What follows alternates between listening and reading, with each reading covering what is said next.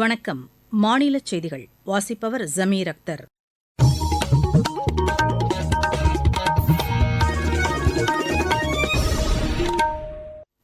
தலைப்புச் செய்திகள். மக்களவைக்கு நேற்று நடைபெற்ற முதல்கட்ட வாக்குப்பதிவில் சுமார் 62.37% வாக்குகள் பதிவாகியுள்ளதாக தேர்தல் ஆணையம் தெரிவித்துள்ளது. தமிழகத்தில் 39 மக்களவைத் தொகுதிகளில் 72% வாக்குகள் பதிவாகியுள்ளன. அதிகபட்சமாக தருமபுரி தொகுதியில் 81.4% வாக்குகள் பதிவாகியுள்ளன. தமிழகத்தில் மின்னணு வாக்குப்பதிவு இயந்திரங்கள் வைக்கப்பட்டுள்ள மையங்களில் 3 அடுக்கு பாதுகாப்பு போடப்பட்டுள்ளது. ஐபிஎல் கிரிக்கெட் போட்டியில் லக்னோ அணி 8 விக்கெட் வித்தியாசத்தில் சென்னை அணியை வென்றது. இனி விரிவான செய்திகள். மக்களவைக்கு நேற்று நடைபெற்ற முதல்கட்ட வாக்குப்பதிவில் சுமார் 62.37% வாக்குகள் பதிவாகியுள்ளதாக தேர்தல் ஆணையம் தெரிவித்துள்ளது. தமிழ்நாடு, உத்தரப்பிரதேசம், மேற்குவங்கம், பீகார், அசாம், மத்திய பிரதேசம், மகாராஷ்டிரா, ராஜஸ்தான், உத்தராகண்ட், அருணாச்சல பிரதேசம், மணிப்பூர், மேகாலயா ஆகிய மாநிலங்களிலும், அந்தமான் நிக்கோபார், புதுச்சேரி உள்ளிட்ட 4 யூனியன் பிரதேசங்களில் உள்ள 102 தொகுதிகளில் முதல்கட்ட வாக்குப்பதிவு நடைபெற்றது. தேர்தல் பொதுவாக அமைதியாக நடைபெற்று முடிந்துள்ளது. கடும் வெயிலையும் பொருட்படுத்தாமல் பெரும் அளவிலான வாக்காளர்கள் திரண்டு வந்து வாக்களித்தனர். தமிழகத்தில் 39 மக்களவைத் தொகுதிகளில் 72% வாக்குகள் பதிவாகியிருப்பதாக தமிழ்நாடு தலைமை தேர்தல் அதிகாரி திரு சத்யபிரதா சாஹூ தெரிவித்துள்ளார். அதிகபட்சமாக தருமபுரி தொகுதியில் 81.4% வாக்குகள் பதிவாகியுள்ளதாக எமது செய்தியாளர் தெரிவித்துள்ளார். தருமபுரி மக்களவைத் தொகுதியில் உள்ள 6 சட்டப்பேரவைத் தொகுதிகளிலும் சேர்த்து மொத்தம் 81.40% வாக்குகள் பதிவாகியுள்ளது. இது தமிழகத்தில் மக்களவைத் தொகுதிகளில் பதிவான வாக்கு சதவீதத்தில் அதிகமானதாகும். தருமபுரி மக்களவைத் தொகுதியில் பாலக்கோடு சட்டப்பேரவைத் தொகுதியில் அதிகபட்சமாக 84.86% வாக்குகளும், பாப்பிரெட்டிப்பட்டி சட்டப்பேரவைத் தொகுதியில் 82.82% வாக்குகளும், பென்னாகரம் தொகுதியில் 82.78% வாக்குகளும், தருமபுரி சட்டப்பேரவைத் தொகுதியில் 80.94% வாக்குகளும், அரூர் தொகுதியில் 80.87% வாக்குகளும், குறைந்தபட்சமாக மேட்டூர் சட்டப்பேரவைத் தொகுதியில் 76.68% வாக்குகளும் பதிவாகியுள்ளது. குறிப்பாக தருமபுரி மக்களவைத் தொகுதியில் உள்ள 15,24,896 வாக்காளர்களில் இத்தேர்தலில் 12,41,325 வாக்காளர்கள் தங்களது வாக்குகளை பதிவு செய்துள்ளனர். தருமபுரியில் இருந்து மா. தண்டபாணி. தருமபுரிக்கு அடுத்தபடியாக கள்ளக்குறிச்சி தொகுதியில் 79.18% வாக்குகள் பதிவாகியுள்ளதாக எமது செய்தியாளர் தெரிவித்தார். கள்ளக்குறிச்சி மக்களவைத் தொகுதியில் 79.18% வாக்குகள் பதிவாகியுள்ளன. ஏற்காடு தொகுதியில் அதிகபட்சமாக 81.68% வாக்குகள் பதிவாகியுள்ளது. ரிஷிவந்தியம் தொகுதியில் 78.29% வாக்குகளும், சங்கராபுரம் தொகுதியில் 77.89% வாக்குகளும், கள்ளக்குறிச்சி தொகுதியில் 79.58% வாக்குகளும், கெங்கவெள்ளி தொகுதியில் 77.86% வாக்குகளும், ஆத்தூர் தொகுதியில் 79.46% வாக்குகளும், ஏற்காடு தொகுதியில் 81.68% வாக்குகளும் பதிவாகியுள்ளது. கள்ளக்குறிச்சி மாவட்ட செய்தியாளர் என். முருகேசன். சிதம்பரம் தொகுதியில் 74.87% வாக்குகளும், பெரம்பலூர் தொகுதியில் 74.46% வாக்குகளும், நாமக்கல் தொகுதியில் 74.29% வாக்குகளும் பதிவாகியுள்ளன. கரூர், அரக்கோணம், ஆரணி, சேலம், விழுப்புரம் மக்களவைத் தொகுதிகளில் தலா 74% வாக்குகளும், திருவண்ணாமலை, வேலூர், காஞ்சிபுரம், கிருஷ்ணகிரி தொகுதிகளில் தலா 73% வாக்குகளும், கடலூர், விருதுநகர், பொள்ளாச்சி, நாகப்பட்டினம், திருப்பூர் தொகுதிகளில் தலா 72% வாக்குகளும் பதிவாகியுள்ளன.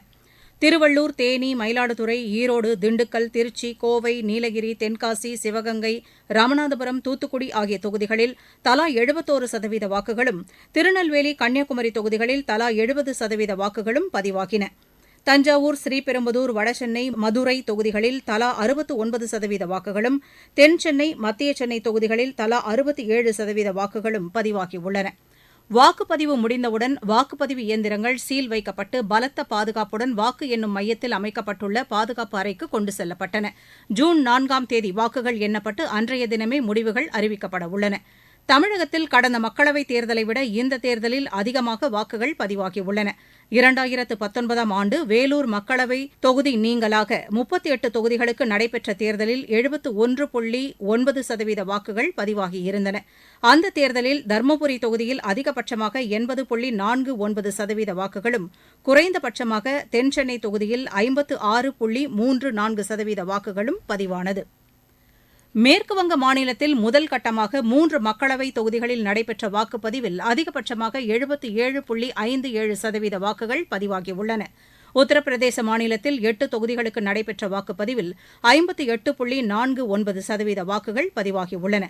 பீகாரில் 4 தொகுதிகளில் 48.5% வாக்குகளும், ராஜஸ்தானில் 8 தொகுதிகளில் 56.58% வாக்குகளும், மகாராஷ்டிராவில் 5 தொகுதிகளில் 55.35% வாக்குகளும், அஸ்ஸாமில் 5 தொகுதிகளில் 72% வாக்குகளும் பதிவாகியுள்ளன.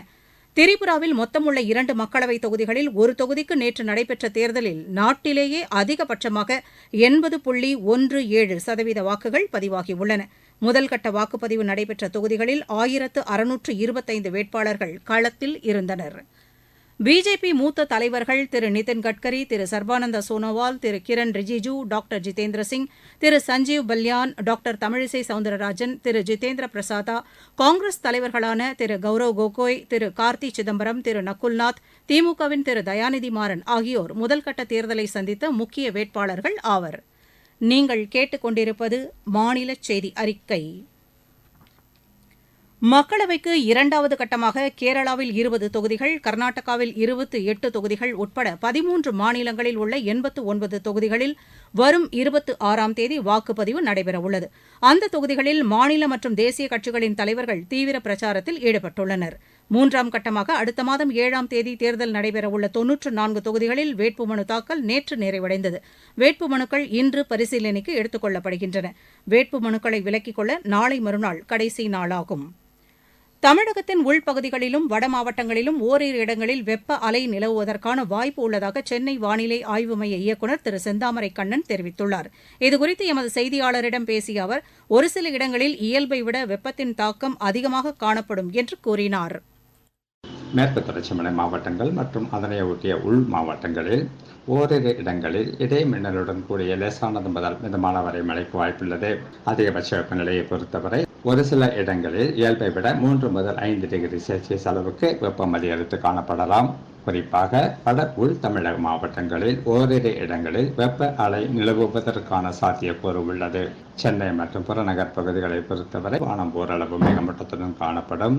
அதிகபட்ச வெப்பநிலை 37 முதல் 38 டிகிரி செல்சியஸ் அளவிலும், குறைந்தபட்ச வெப்பநிலை 27 முதல் 28 டிகிரி செல்சியஸ் அளவிலும் இருக்கக்கூடும்.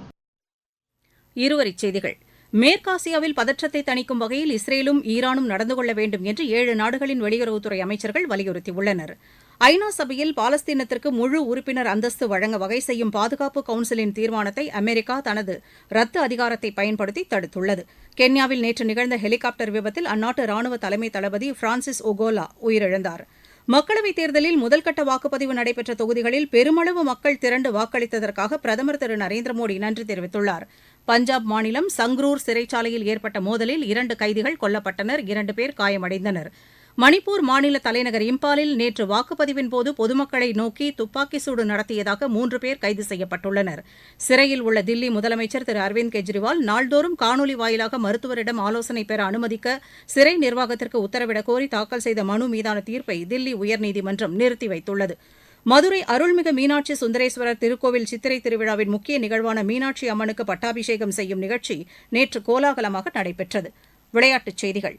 ஐபிஎல் கிரிக்கெட் போட்டியில் லக்னோ அணி 8 விக்கெட் வித்தியாசத்தில் சென்னை அணியை வென்றது. லக்னோவில் நேற்று நடைபெற்ற ஆட்டத்தில் முதலில் விளையாடிய சென்னை அணி நிர்ணயிக்கப்பட்ட 20 ஓவரில் 6 விக்கெட் இழப்புக்கு 176 ரன் எடுத்தது. 177 ரன் எடுத்தால் வெற்றி என்ற இலக்குடன் பின்னர் விளையாடிய லக்னோ அணி 19 ஓவரில் 2 விக்கெட் இழப்புக்கு 180 ரன் எடுத்து வெற்றி பெற்றது. அந்த அணியின் தலைவர் KL ராகுல் 82 ரன் எடுத்தார். இன்று தில்லியில் நடைபெறவுள்ள ஆட்டத்தில் ஹைதராபாத் அணி தில்லி அணியை எதிர்கொள்கிறது. இப்போட்டி இரவு மணி 7:30க்கு தொடங்குகிறது. ஐஎஸ்எல் கால்பந்து போட்டியில் புவனேஸ்வரில் நேற்று நடைபெற்ற முதல் நாக் அவுட் சுற்று ஆட்டத்தில் ஒடிஷா அணி 2-1 என்ற கோல் கணக்கில் கேரள அணியை வென்றது. இரு அணிகளும் தலா ஒரு கோல் போட்டு சமநிலையில் இருந்ததால் வெற்றி தோல்வியை நிர்ணயிக்க கூடுதலாக 30 நிமிடம் ஒதுக்கப்பட்டது. அதில் ஒடிஷா அணி கூடுதலாக ஒரு கோல் போட்டு வெற்றி பெற்றது. இன்று நடைபெறவுள்ள 2வது நாக் அவுட் சுற்றில் சென்னை அணி கோவா அணியை எதிர்கொள்கிறது. மீண்டும் தலைப்புச் செய்திகள். மக்களவைக்கு நேற்று நடைபெற்ற முதல்கட்ட வாக்குப்பதிவில் சுமார் 62.37% வாக்குகள் பதிவாகியுள்ளதாக தேர்தல் ஆணையம் தெரிவித்துள்ளது. தமிழகத்தில் 39 மக்களவைத் தொகுதிகளில் 72% வாக்குகள் பதிவாகியுள்ளன. அதிகபட்சமாக தருமபுரி தொகுதியில் 81.4% வாக்குகள் பதிவாகியுள்ளன. தமிழகத்தில் மின்னணு வாக்குப்பதிவு இயந்திரங்கள் வைக்கப்பட்டுள்ள மையங்களில் 3 அடுக்கு பாதுகாப்பு போடப்பட்டுள்ளது. ஐபிஎல் கிரிக்கெட் போட்டியில் லக்னோ அணி 8 விக்கெட் வித்தியாசத்தில் சென்னை அணியை வென்றது. இத்துடன் இந்த செய்தி அறிக்கை நிறைவு பெற்றது.